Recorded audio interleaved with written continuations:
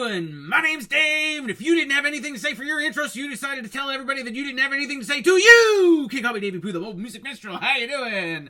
Alright, today I'm back with Eventide's newest pedal, UltraTap. Now, alright, I gotta be honest with you guys.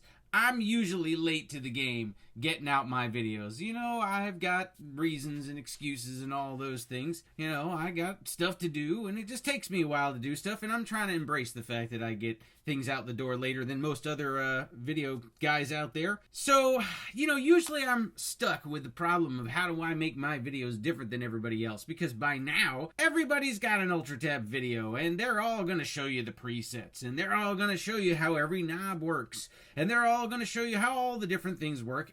I know, because I've watched all those videos, and hey man, that's how I learned how to do half the stuff on this. But what does that leave for me to do for a video for you? Well, I thought I'd do something different today. I thought I'd be a little creative. I've got a few ideas, and I thought that I would take the guitar out, and I would show you ways to be musical with this. Because it's one thing to know what it can do, and that's cool and all, to know what the functions are, but to know how to use it to make it musical. You know, sometimes that can be a challenge, especially with a pedal like this that can do so much. So, I'm going to grab my guitar, and I'm going to kick this groove up, and we'll see what we can see. Alright, what do I have going on here in 8 Matrix? I've got an instance of DrumComputer. That's going to be playing, you know, a groove for me to jam over. I've got an instance of UltraTap. Now I'm running DrumComputer through UltraTap, and I'll show you what UltraTap is adding. I just thought, hey, more UltraTap, you know, why not? And then I've got an instance of gain pan here. That's summing these two, the outputs of DrumComputer and UltraTap, just so I have a single out. That's this one down here. I have it turned down. And then this gain pan is just the input from my guitar. Now, if you look down on the desk, I've got an Ibanez Tube Screamer. I have Eventide's UltraTap right here. I have my Moog EP3 expression pedal, which is controlling UltraTap. I have my Joyo American Sound. That's my amplifier. I have my Joyo cab box. That is my cab. I have an Own Hammer 410 Super Reverb cab in there. And that's it. What you see is what is affecting the sound. So here's the groove I have. Here is just DrumComputer.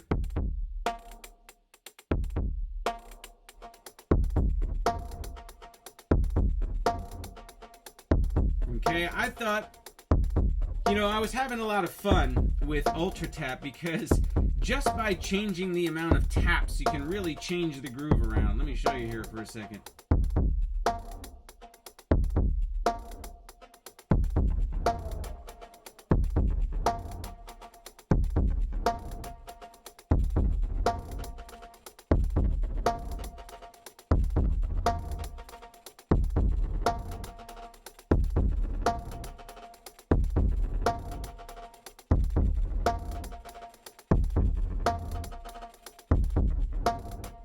I like 3 and I like 2. I think I'm just going to go with 2 to give me a little more space.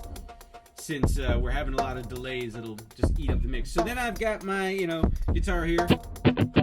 Let's get into UltraTap. So I've just, this first setting, I just set it up like a standard delay. Here, let me stop this for a second. I set this up like a standard delay. Okay, I find that when I get a new piece of gear, if I set it into the most predictable mode possible, I can then learn the knobs by tweaking it from there and seeing how they change what I'm used to hearing. You know, you've got the mix knob here. This is all the way wet. And this is all the way dry. And, you know, I had it about, I don't know, 60%. Okay, so what UltraTap does is it's a delay, but it subdivides the delay. For each one of these, the more taps that I increase, it's going to subdivide the space between these repeats. So that's 1.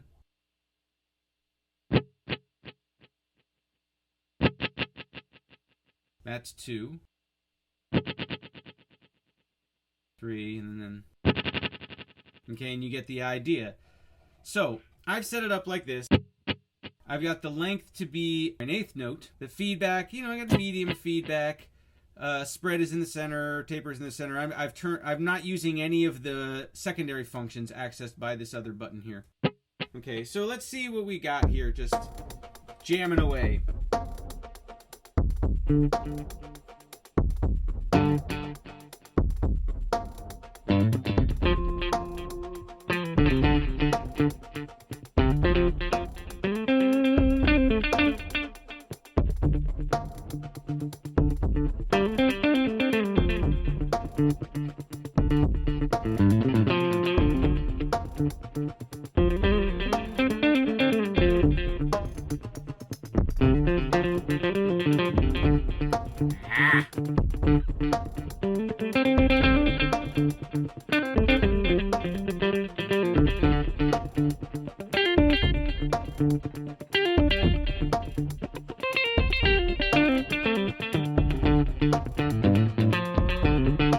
Alright, so we all know how to jam with a regular delay. Well, what happens when I start increasing the taps?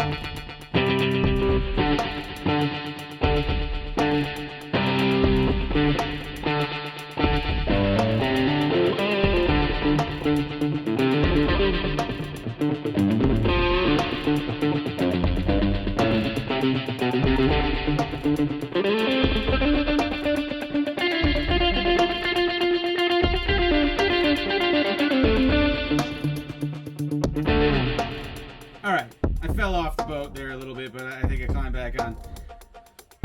Okay, so you can see that, or at least I found, that increasing the amount of taps now makes me want to play a little bit differently. Because now, in order for the taps to be heard, I have to leave a bit more space in between the notes.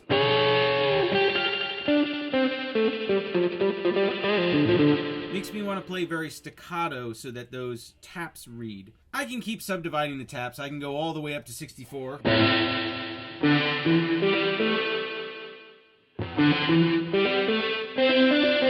if I shorten the length of the...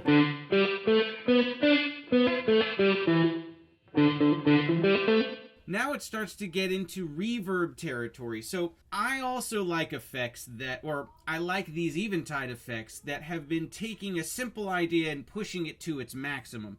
So the Rose did it with a modulation, right? They have a modulated delay, but then they took that to the most extreme cases, and you get all sorts of weird effects when you phasing and all sorts of other things when you shorten it way down, and when you get it really long, you get into looping and all sorts of other things. I like that they maximized the modulation capabilities, if you will. Here I feel like they've maximized this idea of subdivisions. So, like I said, as you add more taps, it gets more reverby because the space between each repeat is less, so it sounds more like you're in a room. But the difference is, all of the taps, the way I've got it set up now, are exactly the same volume as each other. So like if I turn the feedback down, here, let's turn this up longer. So,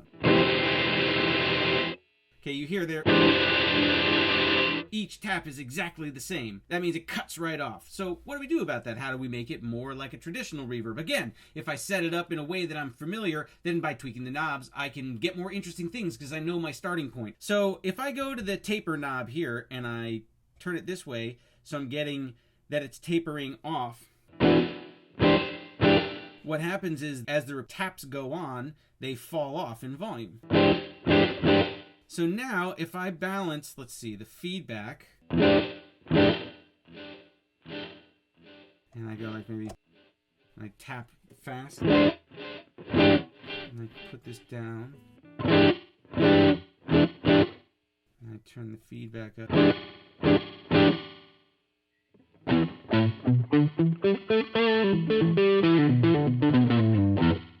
Almost spring reverby. Now, Of course, it doesn't sound like a spring reverb, but hey, in a pinch, that ain't bad.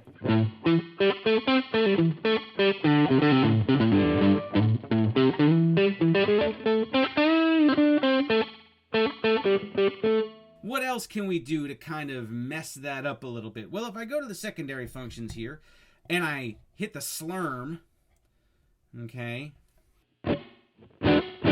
what that does is it kind of blurs the taps so that they're not exactly even.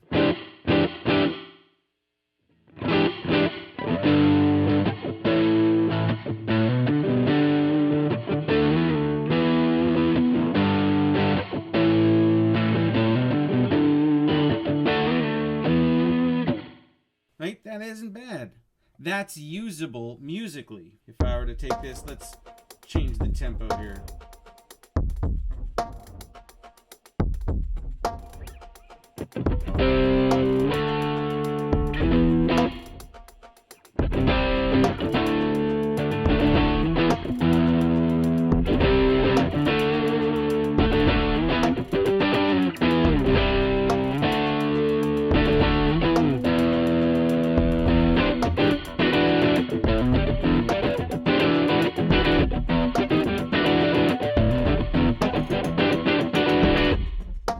That's usable, right? Okay, so now we've had a standard delay, we've had a standard kind of a reverb, a springy, reverby kind of a sound, okay? You can mess that up. Again, you can add more delay times. Let's see. Oops, that's pre-delay, because I'm on the secondary menu here. Let's go.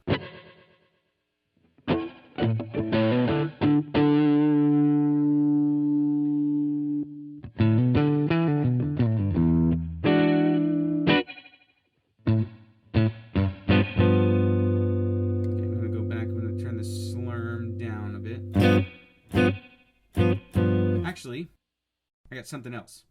Turn the slurm all the way down, turn the pre-delay all the way down. I'm going to turn the taps down to 1. I'm going to turn the length. Now, I haven't talked about the length down to 0. Turn the length down to 0. I'm going to turn the mix all the way up. In the secondary functions, you've got chop, and then speed release and all the things that affect chop. Now, I couldn't understand what chop did for the long time, or how to use it and how to get it to do what I wanted it to. What I realized is that when you set the length to 0, you are now just processing the incoming signal, and when you put the mix all the way up, then you're not hearing any dry. If I turn the chop on to a sine wave here,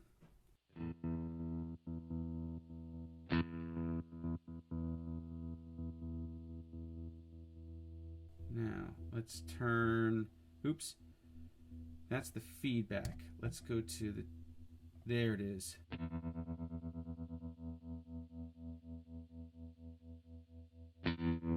So now I'm using the chop, and it's basically an LFO that's modulating the amplitude. So I've got a tremolo effect.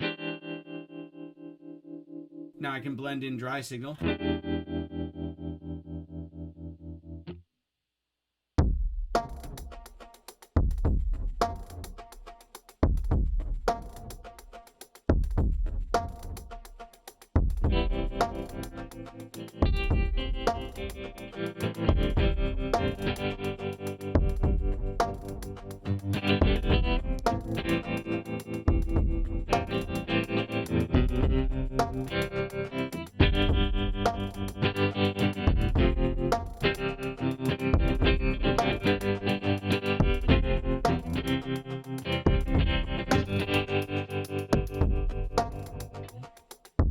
We've got delay, reverb, tremolo, all built in here. And you can save all the presets, so obviously you don't have to be setting it up.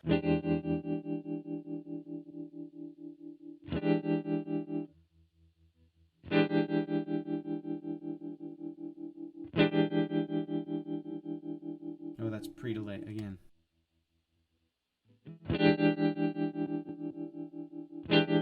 And it starts acting more like a delay again when you move the length up. Okay, but if I keep it back to 0,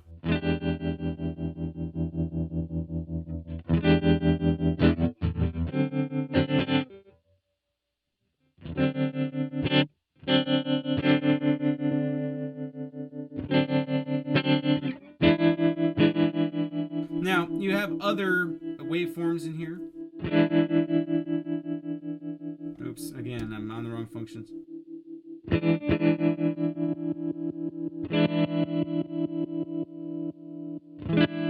So you've got a reverse sawtooth, or a sawtooth and a reverse, whichever one you want to call which.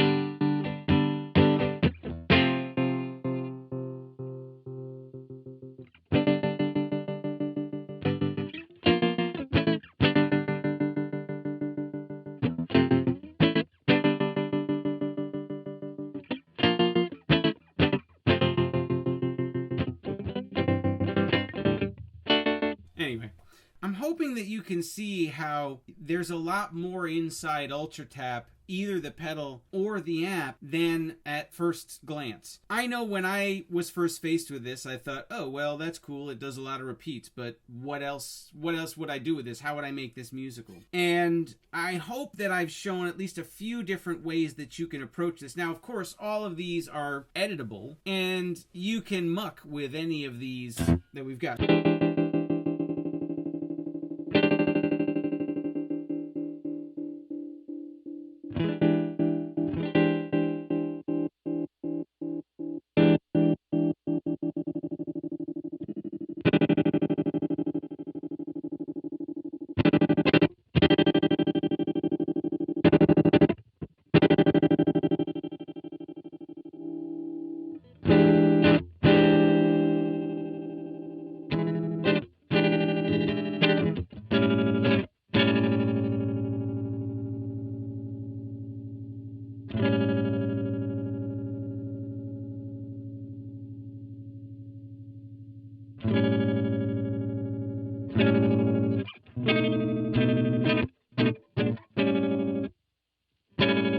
Anyway, I can get lost in this pedal and just get lost jamming out on different things. But hopefully you can see different ways to be able to use this. I'm a big fan of making sure that I can get the most out of my purchase.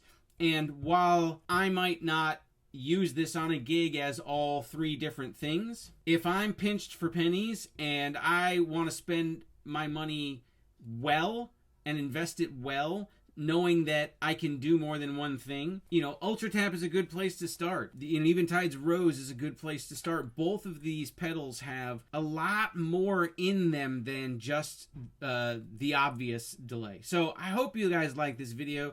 Thank you, Eventide.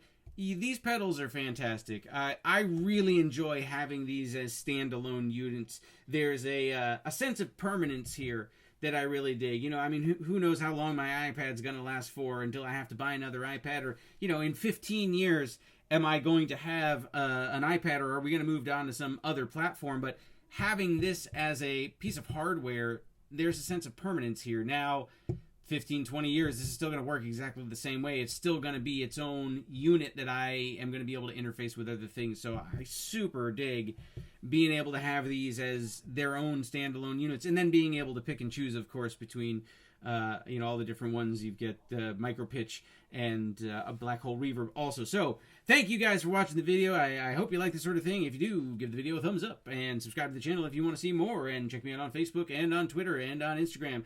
And go check out the Eventide pedals. They are pretty cool. Check out UltraTap, the app, on the App Store.